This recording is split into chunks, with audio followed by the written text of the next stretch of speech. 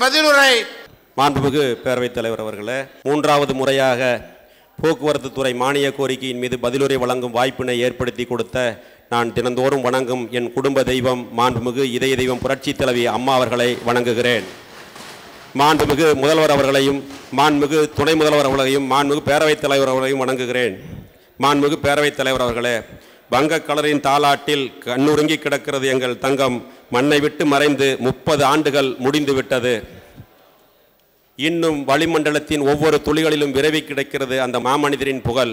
தமிழகத்தின் மூளை முடுக்குகளில் கூட 30 ஆண்டுகளுக்கு பிறகு ஒரு பெயர் உச்சரிக்கப்படுகிறது என்றால் எம்ஜிஆர் என்ற அந்த 3 எழுத்து மந்திரம்தான். சினிமாவில் இருந்தவரை முடிசூடா மன்னன், அரசியல் பொதுவாழ்வில் முடியே இறங்காத மாமன்னன். தலைவர் சினிமாவில் நடித்தார், தமிழகம் மகிழ்ந்தது. அரசியலுக்கு வந்தார், தமிழகம் வாழ்ந்தது. சந்திரகுப்தரும் சாணக்கியரும் கலந்த கலவை தலைவர். சத்துணவு திட்டம் தந்த 8வது வள்ளல் அவர்தான் புரட்சி தலைவர் எம்ஜிஆர். மாண்புமிகு பேரவைத் தலைவர் அவர்களே, ஒரு குழந்தை கடவுள் தந்த பரிசு என்றால் அம்மா எங்களுக்கு பரிசாக வந்த கடவுள். நிகழ்ந்துவிட்ட நிகழவிருக்கும் அற்புதங்கள் அனைத்திற்கும் அன்மாதான் ஆரம்ப பள்ளி. அவரே அற்புதங்களின் சிகரம். வரம் தரும் கடவுள் மட்டுமல்ல, வரமாக வந்த கடவுளும் அம்மா. அம்மா நடந்த தூரம் எண்ணி முடியாது, அம்மா கடந்த தூரம் சொல்லில் அடங்காது. நாடெங்கும் அம்மாவின் ஆட்சி, ஒவ்வொரு வீடும் அதற்கு சாட்சி. குங்கும தாயவள் தூய்மையின் சின்னம், குளமகள் மார்பில் தொங்கிடும் தங்கம் எங்கள் அம்மா. கொடியவர் கூட்டம் சாய்த்திடும் சிங்கம் எங்கள் அம்மா. ஊருக்கு 100 தெய்வங்கள் உண்டு, ஆனால் ஒவ்வொரு வீட்டிற்குள்ளும் வாழ்ந்திடும் தெய்வம் எங்கள் அம்மா. உடலுக்குள் நோயிருந்து ஊறு செய்த போதிலும் உள்ளத்தின் வலிமை கொண்டு உழைத்திட்ட தாயே, தன்னை காத்து கொள்ள 1000 வசதிகள் இருந்தும் உடல் நலத்தை மறந்து ஊர் நலத்திற்கு உழைத்திட்ட தியாகமே. அம்மா, இன்று தரை மூடி கிடக்கிறது உங்கள் செம்பொன் தேகம். எங்கள் விழிகளில் நிற்காமல் சொரிகிறது கண்ணீர் மேகம். ஒரு தேவதை உளவிய மாடமாய், ஒரு தெய்வம் குடிகொண்டுள்ள கோவிலாய், சிறுநரிகளை சிதறச் செய்த சிம்மமாய், சிறுமைத்தனங்கள் இல்லாத சிம்மாசனமாய், அரசாட்சி நடத்தி சென்ற எங்கள் அம்மாவே, உங்களுக்கு நிகராக மனம் ஒருவரை ஒப்பாது. உலகையே ஈடாக வைத்தாலும் உள்ளம் ஏற்காது. சின்ன நகைச்சுவைக்கும் பெரிதாய் வெடித்து சிரிப்பதில் குழந்தை நீங்கள். சின்ன நகர்வுகளிலேயே பெரிய சாகசங்களை செய்த தெய்வம் நீங்கள். ஒரு சொல்லில் பல அர்த்தங்களை சொல்லுவர் இருக்கலாம், ஆனால் கண்ணசைவில் 1000 அர்த்தங்களை சொல்லியவர் நீங்கள். தாலாட்டு பாடாமல் தாயானவள் நீங்கள். இன்று வங்க கடல் அலைகள் உன்னை குழந்தையாக்கி தாலாட்டுகின்றன. அமைதியாய் கண்ணுறங்கு புன்மகளே என்று. கடற்கரை காற்று வெஞ்சாமரம் வீச, நட்சத்திரங்களோடு நிலவு காவல் காக்க, நித்தமும் நீ வீற்றிருக்கும் மண்டபத்தில் 1,00,000 பேர் வந்து தரிசனம் செய்ய, தமிழகம் முழுவதும் வந்து தன் மனக்குறைகளை கொட்டியல, மக்களின் மனங்களில் சிம்மாசனமிட்டு மறைந்த பின்னும் செய்கிறாய் அரசாட்சி. உங்களை மறந்தால் மன்னிக்காது எங்கள் மனசாட்சி. இந்த மாமன்றத்தில் உடலால் இப்போது இல்லாவிட்டாலும் இங்கிருக்கும் காற்றின் ஒவ்வொரு துகள்களிலும் கலந்து கரைந்து இறை போன்று எங்கும் நிறைந்திருக்கும் மாண்புமிகு அம்மா துயிலும் திசை நோக்கி வணங்குகிறேன். மாண்புமிகு பேரவைத் தலைவர் அவர்களே, காவிரி கரைபுரண்டு ஓட காரணம் ஆனவர் யார்? 8 வழி சாலை அமைத்து தமிழ்நாட்டை எட்டாத உயரத்திற்கு அழைத்து செல்லும் எவரெஸ்ட் போல் உயர்ந்து நிற்பவர் யார்? தொட்டதெல்லாம் துலங்கும், கண் பட்டதெல்லாம் விளங்கும் மகராசி அம்மாவிற்கு பிறகு தாய்மார்களின் நம்பிக்கையை பெற்றவர் யார்? பூக்களுக்கு புன்னகையை கற்றுக் கொடுத்தவர் யார்? கோபத்திற்கே கோபத்தை திருப்பி அனுப்பியவர் யார்? துயரத்தை துயரத்தாலே விரட்டி அடித்தவர் யார்? துரோகத்தை உழைப்பு என்கின்ற போர்வாளால் அறுத்தெறிந்தவர் யார்? அவர்தான் எங்கள் அண்ணன் எடப்பாடியார். தாயுமானவன் என்பது ஈசனை குறிக்கும். அந்த ஈசனுக்கு எல்லாம் தெரியும்.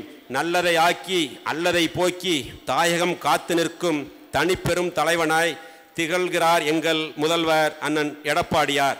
சேலத்து சிங்கமே, கொங்கு நாட்டு தங்கமே, எங்களை அன்பால் அரவணைக்கும் முத்தமிழ் சங்கமே, உங்களை வணங்குகிறேன்.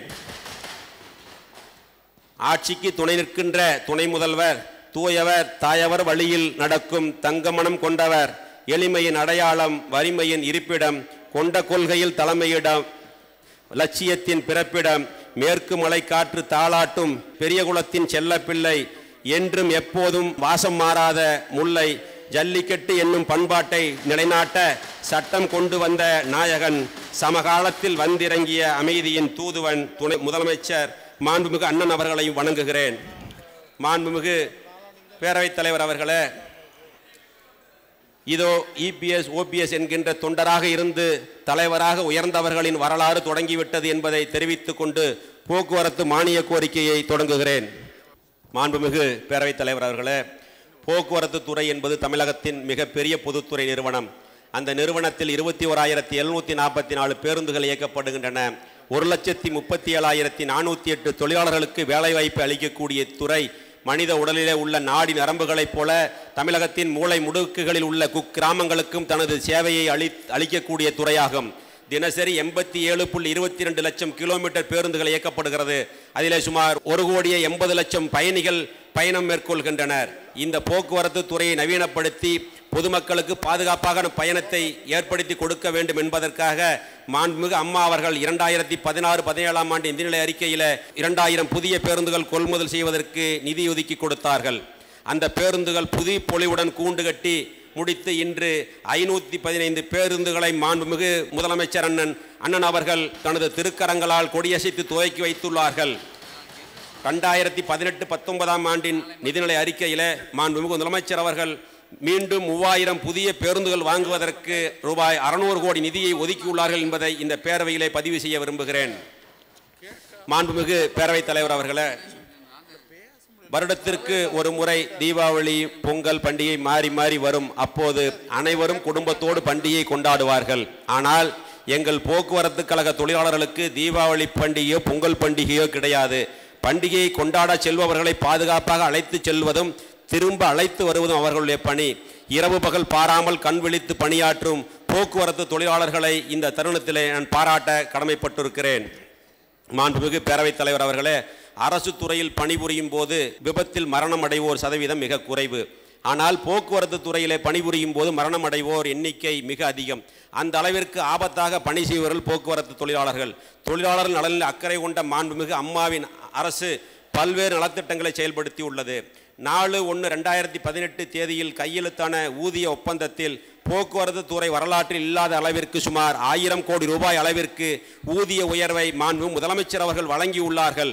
அது மட்டுமின்றி தமிழகத்தின் அனைத்து அரசு போக்குவரத்து பணிமனைகளில் உள்ள ஓய்வறைகளை தரமான முறையில் பராமரிப்பதற்கு மாண்புமிகு இதயம் புரட்சித் தலைவி அம்மாவின் அரசு 2011 முதல் 18 வரை 5.89 கோடி ரூபாய் செலவிலே ஓய்வறைகளை நவீனப்படுத்தி மேம்படுத்தி தொழிலாளர்கள் நிம்மதியாக ஓய்வெடுக்க வசதி செய்துள்ளது என்பதை குறிப்பிட விளைகிறேன்.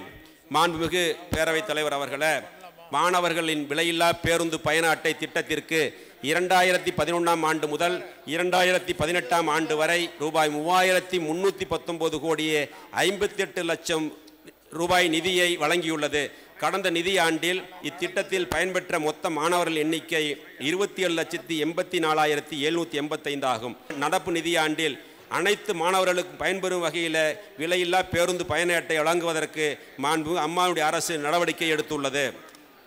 மாண்புமிகு பேரவைத் தலைவர் அவர்களே, இன்றைய காலகட்டத்தில் பொது போக்குவரத்து மக்களின் இன்றியமையாத தேவையாகும். பொதுமக்களின் பாதுகாப்பை அவர்கள் பயணம் செய்யும் போது உறுதி செய்ய வேண்டியது ஒவ்வொரு ஓட்டுநர் நடத்துனரின் கடமையாகும்.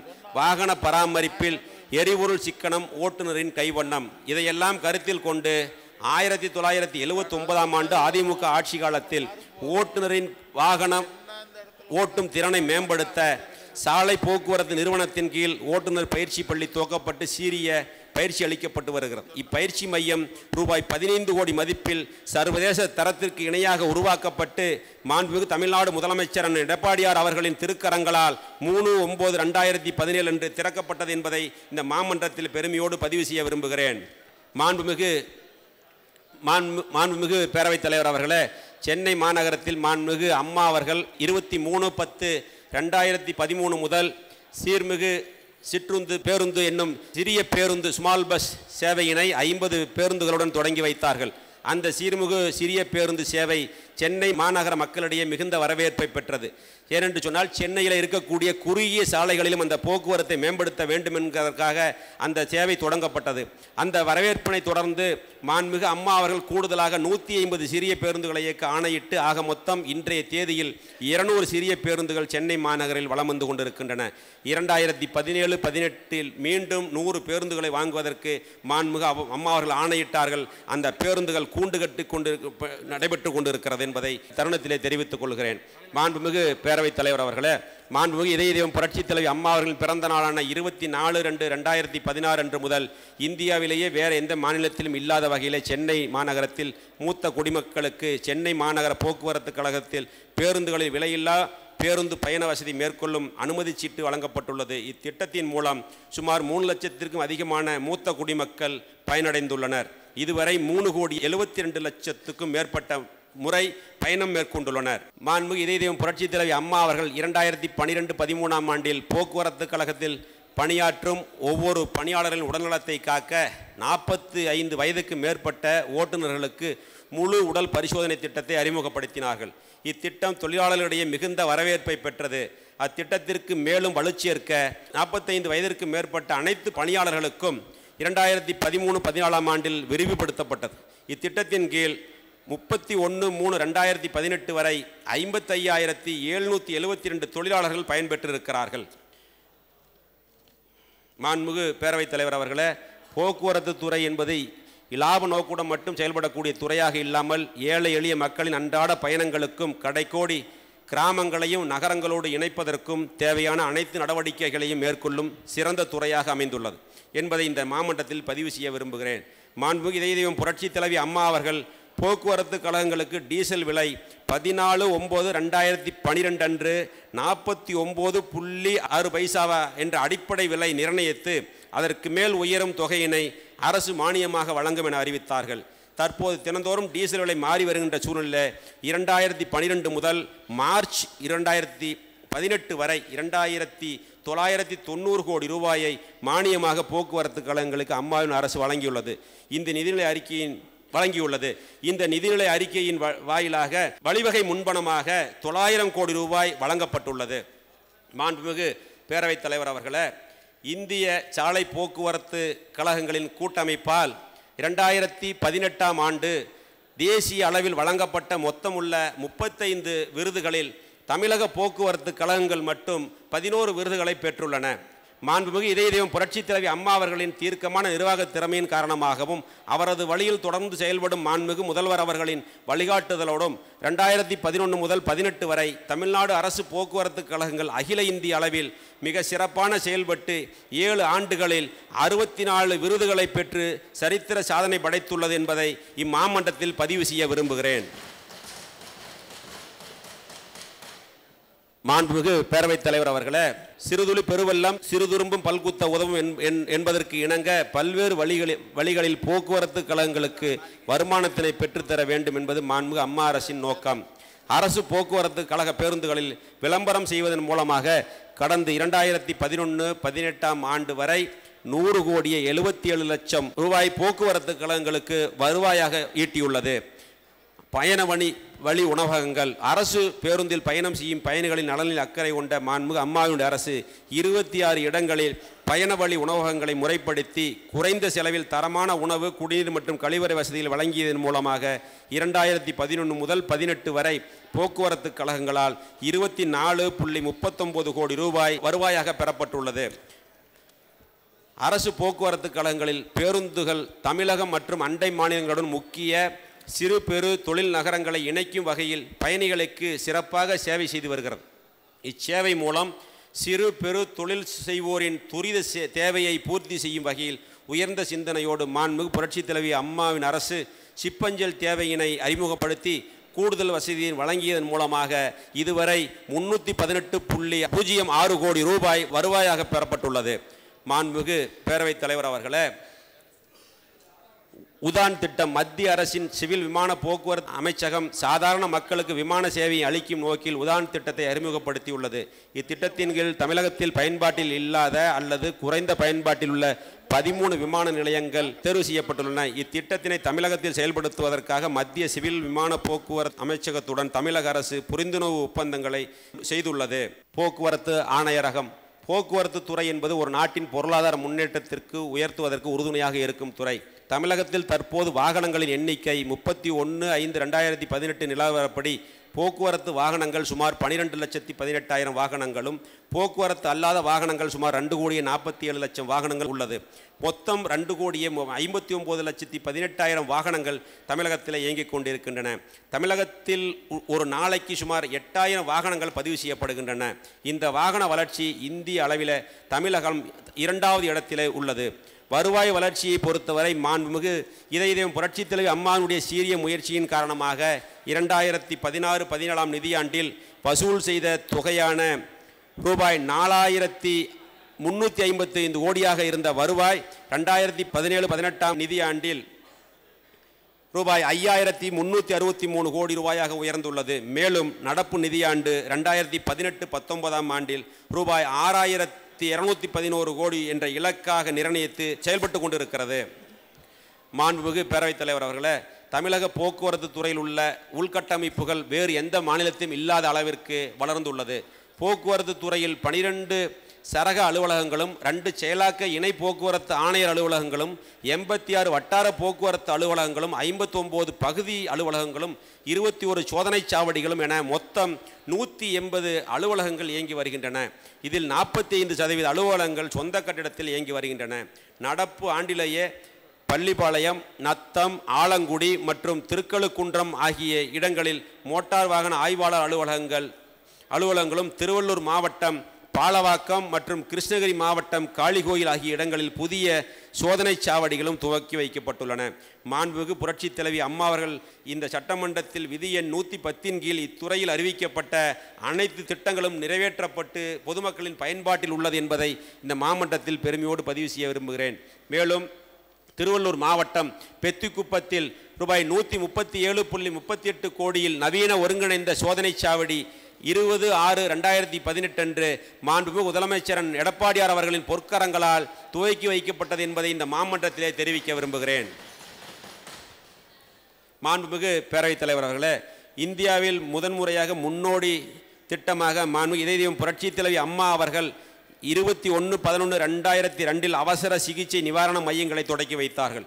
விபத்தில் சிக்கியவர்களுக்கு பொன்னான நேரம் என்று சொல்லப்படுகின்ற கோல்டன் அவர் விபத்து நேர்ந்த நேரத்தில் இருந்து 1 மணி நேரத்தில் உயிரை காக்கும் இத்திட்டத்தின் மூலம் இதுவரை 1,55,272 மனித உயிர்கள் காப்பாற்றப்பட்டுள்ளன என்பதை பேரவைக்கு தெரிவித்துக் கொள்கிறேன். மாண்புமிகு அம்மாவில் இந்த திட்டத்தின் வலிமையை உணர்ந்த மத்திய அரசு சாலை பாதுகாப்பு மசோதாவில் இத்திட்டம் இடம்பெற நடவடிக்கை மேற்கொண்டுள்ளது. மாண்புமிகு பேரவைத் தலைவர் அவர்களே, தமிழகத்தில் விபத்துகளையும் அதனால் ஏற்படும் உயிரிழப்புகளையும் தவிர்க்கும் பொருட்டு மாண்புமிகு அம்மாவர்களின் அரசு தொடர்ந்து மேற்கொண்ட விழிப்புணர்வு பிரச்சாரங்களால் அதற்கு பொதுமக்கள் கொடுத்த ஒத்துழைப்பாலும் சாலை பாதுகாப்பு விதிகளை பின்பற்ற எடுக்கப்பட்ட நடவடிக்கைகளின் காரணமாகவும் மற்றும் ரூபாய் 65 கோடி செலவில் சாலை அபிவிருத்தி பணிகளை மேற்கொண்டதன் காரணமாகவும் 2016 ஆண்டில் நிகழ்ந்த சாலை விபத்துகள் எண்ணிக்கை 71,431 இருந்தது. 2017 ஆண்டில் இதுவரை 65,562 குறைந்தது. 5,869 சாலை விபத்துகள் தவிர்க்கப்பட்டது. அதேபோல 2016 ஆண்டில் நிகழ்ந்த சாலை உயிரிழப்புகளின் எண்ணிக்கை 17,218 இருந்தது.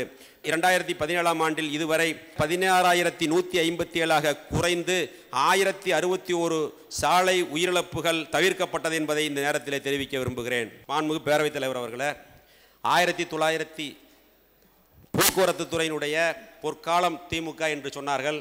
ஆனால் போக்குவரத்து கழகத்தினுடைய பொற்காலம் அனைத்து இந்திய அண்ணா திராவிட முன்னேற்ற கழகத்தினுடைய நிறுவன தலைவர் புரட்சித் தலைவர் அவர்களும் புரட்சித் தலைவி அம்மா அவர்களும் மாண்புமிகு தமிழகத்தினுடைய முதலமைச்சர் எடப்பாடி அவர்களுடைய ஆட்சி காலம்தான் என்பதை இந்த நேரத்தில் பெருமையோடு தெரிவித்துக் கொண்டு 1986 ஆண்டு புரட்சித் தலைவர் ஆட்சி காலத்தில் மருத்துவக் கல்லூரி துவக்கப்பட்டது. இம்மருத்துவக் கல்லூரி இதுவரை 1548 மருத்துவர்களை உருவாக்கியுள்ளது. இதில் போக்குவரத்து கழக தொழிலாளரின் குழந்தைகள் மட்டும் 520 பேர் மருத்துவர்களாக உருவாக்கப்பட்டிருக்கிறார்கள். இது மாண்புமிகு அம்மாவுடைய ஆட்சியின் சாதனை. 1984ஆம் ஆண்டு புரட்சித் தலைவர் ஆட்சி காலத்தில் பெருந்துறையில் பொறியியல் கல்லூரி துவக்கப்பட்டது. இக்கல்லூரியில் இதுவரை 10,142 பொறியாளர்கள் பட்டம் பெற்றுள்ளனர். இவர்களுள் போக்குவரத்து கழக பணியாளர்களுடைய குழந்தைகள் 4,494 பேர் பொறியாளர்களாக உருவாக்கப்பட்டிருக்கிறார்கள். இதுவும் மாண்புமிகு அம்மாவுடைய ஆட்சியின் சாதனை என்பதையும் 1992-93ஆம் ஆண்டு மாண்புமிகு இதயம் புரட்சி தலைவி அம்மா அவர்களின் ஆட்சி காலத்தில் குரோம்பேட்டை, பருகூர், திருநெல்வேலி ஆகிய 3 இடங்களில் பல்வகை தொழில்நுட்ப கல்லூரிகள் மாண்புமிகு அம்மா அவர்களால் திறக்கப்பட்டது. மாண்புமிகு அம்மா அவர்களால் அம்மா குடிநீர் திட்டம் 1 லிட்டர் குடிநீர் 10 ரூபாய்க்கு விற்பனை செய்யப்படுகிறது. மாண்புமிகு பேரவைத் தலைவர் அவர்களே, 31/5/2018 வரை சீனியர் சிட்டிசன் பாஸ், அதாவது முதியோர் பயண அட்டை 3,11,930 பேருக்கு வழங்கப்பட்டிருக்கிறது. அதில் பயணம் செய்தவர்கள் 3,72,53,884 பேர். அதே போல போக்குவரத்து கழக தொழிலாளர்களுக்கு வரலாற்றில் இல்லாத வகையில் 1000 கோடி ரூபாய் அளவுக்கு ஊதிய உயர்வையும் மாண்புமிகு அம்மாவுடைய அரசு செய்து கொடுத்திருக்கிறது. இதெல்லாம் போக்குவரத்து துறையில் மாண்புமிகு அம்மாவுடைய அரசு செய்த சாதனைகள் என்பதை இந்த நேரத்தில் அன்போடு தெரிவித்துக் கொண்டு, மாண்புமிகு பேரவைத் தலைவர் அவர்களே, கொள்கை விளக்க குறிப்பில் ஆங்கிலத்தில் அச்சடிக்கப்பட்ட கொள்கை விளக்க குறிப்பு பக்கம் 32இல் ஸ்பெஷல் சர்வீஸ் என்று குறிப்பிடப்பட்டிருக்கிறது. ஆனால் அதையே தமிழில் மொழிபெயர்க்கும் போது ஸ்பெஷல் சர்வீஸ் என்பதை பேருந்து நடைகள் என்று குறிப்பிட்டிருக்க வேண்டியதற்கு பதிலாக பேருந்துகள் என்று தவறுதலாக கொள்கை விளக்க குறிப்பில் பக்கம் 32இல் இடம்பெற்றுள்ளது. எனவே பேருந்து நடைகள் என்று நீங்கள் எடுத்துக்கொள்ளும்படி நான் அன்புடன் கேட்டுக்கொள்கிறேன். மேற்படி திருத்தத்தை இப்பேரவைக்கு தமிழில் வழங்கப்பட்டுள்ள கொள்கை விளக்க குறிப்பில் தகுந்த திருத்தங்களை மேற்கொண்டு பதிவு செய்யுமாறு மாண்புமிகு பேரவைத் தலைவர் அவர்களை அன்புடன் கேட்டுக்கொள்கிறேன். மாண்புமிகு பேரவைத் தலைவர் அவர்களே, சாலை விபத்துகளில் உயிரிழப்பு பற்றி புள்ளி விவரங்களை மாண்புமிகு உறுப்பினர் அவர்கள் தெரிவித்திருந்தார்கள். விபத்துகள் 6080 எங்களுடைய ஆட்சி காலத்தில், உயிரிழப்புகள் 6888. உங்களுடைய ஆட்சி காலத்தில் விபத்துகள் 7487, உயிரிழப்புகள் 8461. தரமான உதிரிப்பாகங்கள் வாங்கியதாக சொல்லுகிறீர்கள். அதே போல 15000 புதிய பேருந்துகள் வாங்கியதாகவும் கூறியிருக்கிறீர்கள். ஆனால் உயிரிழப்புடைய விகிதாச்சாரம் என்பது 1209 விபத்துகள் அதிகம், 1373 உயிரிழப்புகளும் அதிகமாக உங்கள் ஆட்சி காலத்திலே தான் நடைபெற்றிருக்கிறது என்பதை மாண்புமிகு பேரவைத் தலைவர் வாயிலாக மாண்புமிகு உறுப்பினர்களுக்கு தெரிவித்துக் கொள்கிறேன். மாண்புமிகு பேரவைத் தலைவர் அவர்களே, முன்னாள் அமைச்சர் பொன்முடி அவர்கள் ஓய்வூதிய திட்டத்தை பற்றி அடிக்கடி இந்த அவையிலே சொல்லிக்கொண்டே இருக்கிறார். அதை பற்றி ஒரு விளக்கத்தை நான் தர வேண்டும். ஓய்வூதிய திட்டம் 13/2/1999 ஏற்படுத்தப்பட்ட புதிய ஓய்வூதிய திட்டம் கொண்டு வர முடிவெடுக்கப்பட்டது. அவங்களுடைய ஆட்சி காலத்தில் ஓய்வூதிய திட்டம் தொடர்பான வரைவு திட்டம் தயாரிக்கப்பட்டு வைப்பு நிதி ஆணையருக்கு ஒப்புதலுக்காக அனுப்பி வைக்கப்பட்டது. ஓய்வூதிய திட்டத்தில் உள்ள குறைகளை சுட்டிக்காட்டி வருங்கால வைப்பு நிதி நிறுவனம் ஒப்புதல் தர மறுத்துவிட்டது. ஏனென்று சொன்னால், இருக்கக்கூடிய அந்த நிதிகளை வைத்து அந்த ஓய்வூதிய திட்டத்தை 20 ஆண்டுகளுக்கு மேல் செயல்படுத்த முடியாது என்ற காரணங்களால் அந்த அனுமதி தர மறுக்கப்பட்டது. ஆனால் நீங்கள் அதை செயல்படுத்த வேண்டும் என்கின்ற ஒரே எண்ணத்தில் வருங்கால வைப்பு நிதி சட்டம் பிரிவு 16(1)(b) படி அச்சட்டத்திலிருந்து விலக்கு அளித்து புதிய ஓய்வூதிய திட்டத்தை நடைமுறைப்படுத்த முடிவு செய்யப்படுகிறது. வருங்கால வைப்பு நிதி சட்டத்திலிருந்து விலக்கு அளித்து அரசாணை எண் 657 நாள் 27/9/2000 அரசாணை வெளியிடப்படுகிறது. மத்திய வைப்பு நிதி ஆணையரின் மேற்பார்வையில் இத்திட்டம் செயல்படுத்தப்படுவதாக இருந்தது. இப்போது முழு விலக்கு பெற்ற நிலையில மேற்பார்வையிட யாரும் இல்லை. எனவே நிதித்துறை இத்திட்டத்தை நிறைவேற்ற சில யோசனைகளை தெரிவித்தது. இருக்கின்ற நிதியை வைத்து திட்டத்தை சுமார் 20 ஆண்டுகளுக்கு மேல் செயல்படுத்த முடியாது என்றும், ஊழியர்களிடம் பிடித்தம் செய்யும் தொகையை சற்று அதிகரிக்கலாம், மேலும் நிர்வாகம் வழங்கும் 12% அதிகரிக்கலாம், இருக்கின்ற நிதி ஆதாரத்திற்கு ஏற்றவாறு அல்லது ஓய்வூதியத்தை குறைத்துக் கொள்ளலாம், ஓய்வூதியத்துடன் அரசு நிர்ணயிக்கும் அகவிலைப்படி வழங்குவதை இப்போதைக்கு தள்ளி வைக்கலாம், ஓய்வூதிய நிதி நீண்ட காலத்திற்கு செயல்படுத்துவதற்கு ட்ரஸ்டுகளை முழு பொறுப்பு என்ற வகையிலே திருத்தம் செய்யலாம் என்ற யோசனைகளை எல்லாம் நிதித்துறை உங்களுக்கு தெரிவித்த பொழுதும், பல யோசனைகளை தெரிவித்த போதும் 1999ஆம் ஆண்டு நடைபெற இருந்த தேர்தலை மனதிலே வைத்து அவசர கதியிலே இந்த ஓய்வூதிய திட்டத்தை திமுக அரசு கொண்டு வந்ததால் போக்குவரத்து கழகங்களுக்கு இன்று இந்த நிலை ஏற்பட்டிருக்கிறது. மேலும் நாங்கள் போக்குவரத்து கழக தொழிலாளர்களுக்கு ஓய்வூதியம் வழங்க வேண்டாம் என்று எந்த காலத்தில் நாங்கள் சொல்லவில்லை. ஆனால் ஓய்வூதியத்திற்கு உண்டான நிதியை உருவாக்கி அந்த ஓய்வூதிய திட்டத்தை அறிவித்திருக்க வேண்டும். மாண்புமிகு இதய தெய்வம் புரட்சி தலைவி அம்மா அவர்கள் தமிழகத்தில் எந்த ஒரு மக்கள் நலம் சார்ந்த திட்டங்களாக இருந்தாலும் தொழிலாளர் நலம் சார்ந்த திட்டங்களாக இருந்தாலும் அந்த திட்டத்திற்கு உண்டான நிதிகளை ஏற்படுத்தி அந்த திட்டத்தை முழுமையாக செயல்படுத்த வடிவம் கொடுத்தவர் மாண்புமிகு இதய தெய்வம் புரட்சி தலைவி அம்மா அவர்கள்.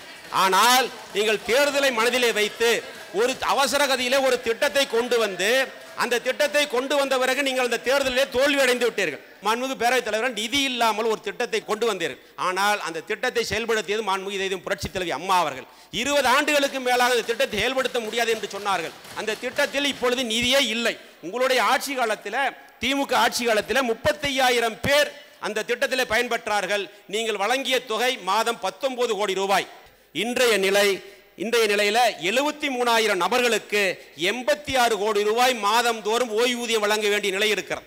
இந்த 86 கோடி ரூபாயும் போக்குவரத்து துறையில் இருக்கக்கூடிய வசூல், அதாவது அந்த நிதியில இருந்துதான் இந்த தொகை வழங்க வேண்டிய நிலை இருக்கிறது.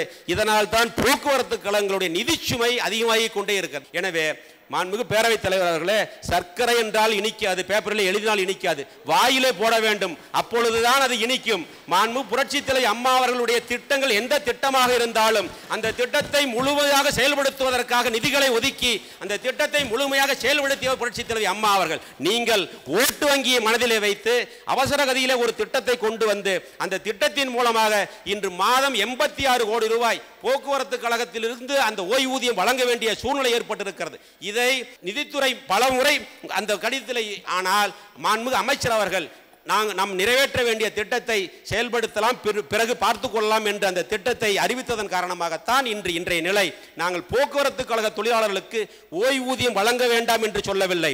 அதற்கு உண்டான நிதி ஆதாரத்தை ஏற்படுத்தி இருக்க வேண்டியது திமுகவுடைய தவறு என்பதை இந்த நேரத்தில் மாண்புமிகு பேரவைத் தலைவர் வாயிலாக மாண்புமிகு உறுப்பினர்களுக்கு தெரிவித்துக் கொள்கிறேன். பேரவைத் தலைவர் அவர்களே, பிறந்த குழந்தைக்கு பரிசு பெட்டகம் கொடுத்தாய், வளர்ந்த பின் விலையில்லா கல்வி கொடுத்தாய், பள்ளி செல்ல மிதிவண்டி கொடுத்தாய், பாதுகாப்பாக செல்ல பேருந்து பயண அட்டை கொடுத்தாய், உலகத்தை பார்க்க மடிக்கணினி கொடுத்தாய், வயிறார உண்ண விலையில்லா அரிசி கொடுத்தாய், திருமணத்திற்கு தாலிக்கு தங்கம் கொடுத்தாய், அது போதாது என்று நிதியையும் கொடுத்தாய், கர்ப்பிணியின் நலம் காக்க நிதி கொடுத்தாய், குழந்தை பிறக்கும் முன்னே ஊட்ட சத்து கொடுத்தாய், பேறுகால வெடுப்பும் கொடுத்தாய், விலையில்லா மின்சாரம் கொடுத்தாய், விவசாயிகளுக்கு ஆடு மாடு கொடுத்தாய், தாய்மார்களுக்கு விலையில்லா மிக்சி கிரைண்டர் மின்விசிறி கொடுத்தாய், ஏழைகளுக்கு பசுமை வீடு கொடுத்தாய், ஈழத் தமிழன் உயிர் காக்க குரல் கொடுத்தாய், முல்லை பெரியாறு நீர்மட்டத்தை உயர்த்தி கொடுத்தாய், காவிரியின் உரிமையை மீட்டு கொடுத்தாய், வாழ்க்கைக்கு தேவையான அனைத்தையும் கொடுத்தாய். ஆனால் எங்களோடு வாழாமல் எங்கோ மறைந்து விட்டாய் தாயே, நீ கொடுத்த அத்தனையும் கொடுக்க அண்ணன் இபிஎஸும் ஓபிஎஸும் இருக்கிறார்கள். எதிரிகளை வீழ்த்தி துரோகிகளை அழித்து கழகத்தையும் ஆட்சியையும் வழிநடத்த அவர்கள் இருக்கிறார்கள். அம்மா, நீங்கள் சொன்னது போல இந்த ஆட்சி இன்னும் 100 ஆண்டுகளுக்கு நீடித்து நிலைத்திருக்கும். வாழ்க அம்மாவின் புகழ், வளர்க அம்மாவின் ஆட்சி என கூறி எனது உரையை நிறைவு செய்கிறேன். கீழ்கான அறிவிப்புகளை வெளியிடுகிறேன். நேரத்தின் அருமை கருதி தலைப்புகளை மட்டும் படித்ததாக ஏற்று அனைத்தையும் நீங்கள் சட்டமன்ற பேரவையில் பதிவு செய்ய வேண்டும் என்று அன்போடு கேட்டுக்கொள்கிறேன். போக்குவரத்து துறை 2018-19 ஆண்டிற்கான புதிய அறிவிப்புகள். அறிவிப்பு 1. இதய தெய்வம் மாண்புமிகு அம்மா அவர்களின் ஆசியுடன் மாண்புமிகு முதலமைச்சர் அவர்களின் ஆணையின்படி தமிழகத்தின் அனைத்து தரப்பினரின் நலனுக்காக மாநில அளவில் மேம்படுத்தப்பட்ட நிலையான இயக்க கொள்கை உருவாக்கப்படும். அறிவிப்பு 2. இதய தெய்வம் மாண்புமிகு அம்மா அவர்களின் ஆசியுடன் மாண்புமிகு முதலமைச்சர் அவர்களின் ஆணையின்படி சென்னையின் மின்கலன் அல்லது மின்சாரத்தில் ஓடும் பேருந்துகள் இயக்குவதற்கான விரிவான திட்டம் செயல்படுத்தப்படும். அறிவிப்பு 3. இதய தெய்வம் மாண்புமிகு அம்மா அவர்களின் ஆசியுடன் மாண்புமிகு முதலமைச்சர் அவர்களின் ஆணையின்படி தமிழ்நாடு போக்குவரத்து வளர்ச்சி நிதி நிறுவனத்திற்கு ஒரு முழு அளவிலான தகவல் தொழில்நுட்ப கட்டமைப்பினை வடிவமைக்கப்படும். அறிவிப்பு 4. இதய தெய்வம் மாண்புமிகு அம்மா அவர்களின் ஆசியுடன் மாண்புமிகு முதலமைச்சர் அவர்களின் ஆணையின்படி போக்குவரத்தினை மேம்படுத்திட மாவட்ட அளவில் பணிக்குழு உருவாக்கப்படும். அறிவிப்பு 5. போக்குவரத்து பணிமனைகள் கிளைகளின் வரவு செலவுகளை நிதி பகுப்பாய்வின் மூலம் மேம்படுத்திடும் புதிய திட்டம் மேற்கொள்ளப்படும். அறிவிப்பு 6. விற்பனையாளர் தரவரிசை அறிமுகப்படுத்தப்படும். அறிவிப்பு 7. போக்குவரத்து கழகத்தின் அன்றாட அலுவலக நடைமுறைகள் அனைத்தும் ஒரு குடையின் கீழ் இணைத்து கணினிமயமாக்கிடும் புதிய திட்டம் அறிமுகப்படுத்தப்படும். அறிவிப்பு 8. அனைத்து அரசு போக்குவரத்து கழகங்களுக்கான விரிவான கொள்முதல் கொள்கை அறிமுகப்படுத்தப்படும். அறிவிப்பு 9. ஓட்டுநர்களுக்கு நவீன வழிகாட்டி வாயிலாக நுண்ணறிவு பயிற்சி அளிக்கப்படும். அறிவிப்பு 10. போக்குவரத்து கழக வரலாற்றில் முதன்முறையாக விபத்து இழப்பீடு, விபத்து தடுப்பு மற்றும் சுங்கவரி கட்டணங்கள் ஆகியவற்றை நிர்வகித்திடும் பொருட்டு அனைத்து போக்குவரத்து கழகங்களுக்கான ஒருங்கிணைந்த அமைப்பு உருவாக்கப்படும். அறிவிப்பு 11. நவீன தொழில்நுட்ப வசதி மூலம் மாநிலம் முழுவதும் உள்ள அனைத்து பேருந்து நிறுத்தங்களிலும் பேருந்துகளின் வருகை நேரத்தினை பயணிகள் அறிந்து கொள்ளும் வசதி அறிமுகப்படுத்தப்படும். அறிவிப்பு 12. மேலை நாடுகளில் வெற்றிகரமாக அமுல்படுத்தப்பட்டுள்ள ஹப் அண்ட் ஸ்போக் செயல் திட்டம் அறிமுகப்படுத்தப்படும். அறிவிப்பு 13. சென்னை மாநகர போக்குவரத்து கழகமும் இந்திய தொழில்நுட்ப கல்வி நிறுவனமும் IIT இணைந்து அரசு பொது போக்குவரத்து சேவையினை கடைக்கோடி வரை சேர்த்தல் மற்றும் பல்வேறு பொது போக்குவரத்தினை ஒருங்கிணைக்கப்படும். அறிவிப்பு 14. நடைமுறையில் போக்குவரத்து கழகங்களின் அன்றாட நடைமுறை மூலதனத்திற்கு தேசியமயமாக்கப்பட்ட வங்கிகள் மூலம் புதிய ஏற்பாடு செய்யப்படும். அறிவிப்பு 15. போக்குவரத்து கழகங்களின் தேர்வு செய்யப்பட்ட பணிமனைகளில் சூரிய எரிசக்தி மேற்கூரைகள் அமைக்கப்படும். அறிவிப்பு 16. வணிக வளாகம் மற்றும் அடுக்குமாடி குடியிருப்புகள் கட்டுவதன் மூலம் பணிமனைகளை நவீனமயமாக்கி வருவாய் ஈட்டப்படும். அறிவிப்பு 17. போக்குவரத்து கழகங்களில் பொழுதுபோக்கு மற்றும் விழிப்புணர்வு நிகழ்ச்சிகள் ஒளிபரப்பு செய்யப்படும். அறிவிப்பு 18. முக்கிய பேருந்து நிலையங்களில் பெரிய அளவிலான மின்னணு ஒளித்திரை தகவல் பலகை அமைக்கப்படும். அறிவிப்பு 19. பேருந்துகளில் நவீன பின்னோக்கு கண்ணாடிகள் பொருத்தப்படும். அறிவிப்பு 20. மதுரை மாநகர பேருந்துகளில் அடுத்து இறங்கும் இடங்களை ஒளி அறிவிப்பு மூலம் அறிந்து கொள்ளும் புதிய வசதி அறிமுகப்படுத்தப்படும். அம்மா அரசு நடமாடும் பணிமனைகள் ஏற்படுத்தப்படும். இயக்குறுதிகள் குறித்த சட்டங்கள் நிர்வாகம் 2018-19 ஆண்டிற்கான புதிய அறிவிப்புகள். அறிவிப்பு 1.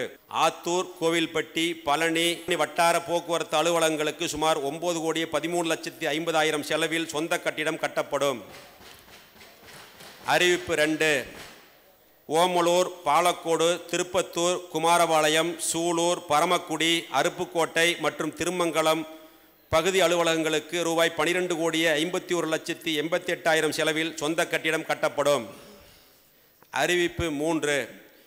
ஸ்ரீவில்லிபுத்தூர், மார்த்தாண்டம் மற்றும் சோழிங்கநல்லூர் வட்டார போக்குவரத்து அலுவலகங்களுக்கு தேர்வு தளத்துடன் கூடிய கட்டிடம் ரூபாய் 15,61,00,000 செலவில் சொந்த கட்டிடம் கட்டப்படும்.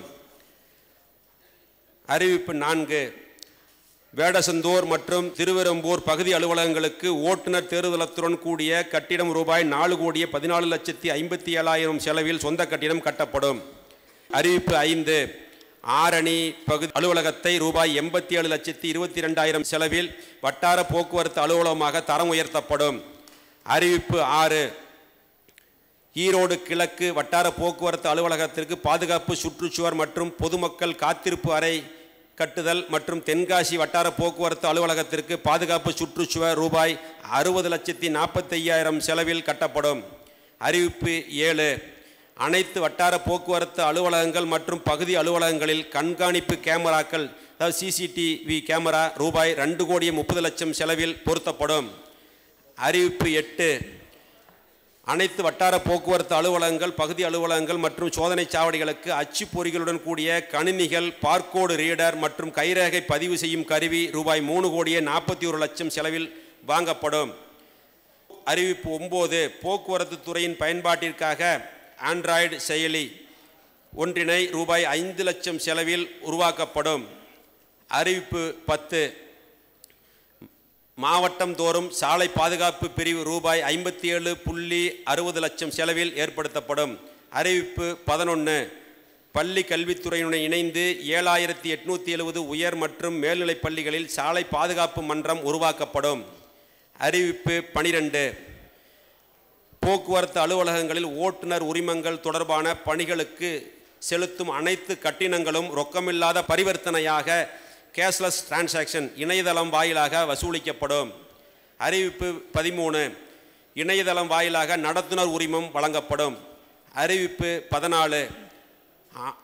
பழகுனர் உரிமம், ஓட்டுநர் உரிமம் புதுப்பித்தல், மேலொப்பம் செய்தல், ஓட்டுநர் உரிமத்தில் பெயர் மற்றும் முகவரி மாற்றம் போன்ற பணிகளை பொதுமக்களுக்கு 1 மணி நேரத்தில் செய்து கொடுக்கப்படும். மாண்புமிகு பேரவைத் தலைவர் அவர்களே, எனது பதிலுரை மாண்புமிகு உறுப்பினர் அனைவருக்கும் திருப்தியுறும் வண்ணம் இருக்கும் என்று உறுதியாக நம்புகிறேன். மாண்புமிகு உறுப்பினர்கள் தங்கள் வெட்டு தீர்மானத்தை திரும்ப பெற்றுக்கொண்டு போக்குவரத்து துறையின் மானிய கோரிக்கையை நிறைவேற்றி தருமாறு அன்புடன் கேட்டுக்கொள்கிறேன். விவாதம் முடிவுற்றது. இப்பொழுது வாக்கெடுப்பு. மானிய கோரிக்கை எண் 25 இயக்க ஊர்திகள் குறித்த சட்டங்கள். நிர்வாகம், உள்துறை, மதுவிலக்கு மற்றும் ஆயத்தேர்வைத்துறை வெட்டு தீர்மானங்கள் வலியுறுத்தப்படுகின்றன என்று அறிய விரும்புகிறேன். வெட்டு தீர்மானங்கள் அனைத்தும் பேரவையின் அனுமதியுடன் திரும்ப பெறப்படுகின்றன. இயக்க ஊர்திகள் குறித்த சட்டங்கள், நிர்வாகம், உள்துறை, மதுவிலக்கு மற்றும் ஆயத்தீர்வைத்துறை மானிய கோரிக்கை எண் 25 கீழ் வருவாய் கணக்கில் ரூபாய் 345 கோடியே 70,80,000 மற்றும் மூலதன கணக்கில் ரூபாய் 1000 ஆகியவற்றுக்கு மேற்படாத தொகைகள் அரசுக்கு வழங்கப்பட வேண்டும் என்னும் மாண்புமிகு போக்குவரத்துறை அமைச்சருடைய தீர்மானம் பேரவையின் முடிவுக்கு கொள்ளப்படுகிறது. ஏற்போர் ஆமென்க, மறுப்போர் இல்லை என்க. ஏற்போர் அதிகம் என்று கருதுகிறேன். ஏற்போர் அதிகம். தீர்மானம் நிறைவேறியது. அரசுக்கு கோரிய தொகைகள் வழங்கப்படுகின்றன. மானிய கோரிக்கை எண் 48 போக்குவரத்து துறை வெட்டு தீர்மானங்கள் வலியுறுத்தப்படுகின்றன என்று அறிய விரும்புகிறேன். வெட்டு தீர்மானங்கள் அனைத்தும் பேரவையின் அனுமதியுடன் திரும்ப பெறப்படுகின்றன. போக்குவரத்து துறை மானிய கோரிக்கை எண் 48 கீழ் வருவாய் கணக்கில் ரூபாய் 901 கோடியே 5,50,000 மூலதன கணக்கில் ரூபாய் 791 கோடியே 28,87,000 மற்றும் கடன் கணக்கில் ரூபாய் 1,025 கோடியே 1000 ஆகியவற்றுக்கு மேற்படாத தொகைகள் அரசுக்கு வழங்கப்பட வேண்டும் என்னும் போக்குவரத்துறை அமைச்சருடைய தீர்மானம் பேரவையின் முடிவுக்கு கொள்ளப்படுகிறது. ஏற்போர் ஆமென்க, மறுப்போர் இல்லை என்க. ஏற்போர் அதிகம் என்று கருதுகிறேன். ஏற்போர் அதிகம். தீர்மானம் நிறைவேறியது. அரசுக்கு கோரிய தொகைகள் வழங்கப்படுகின்றன.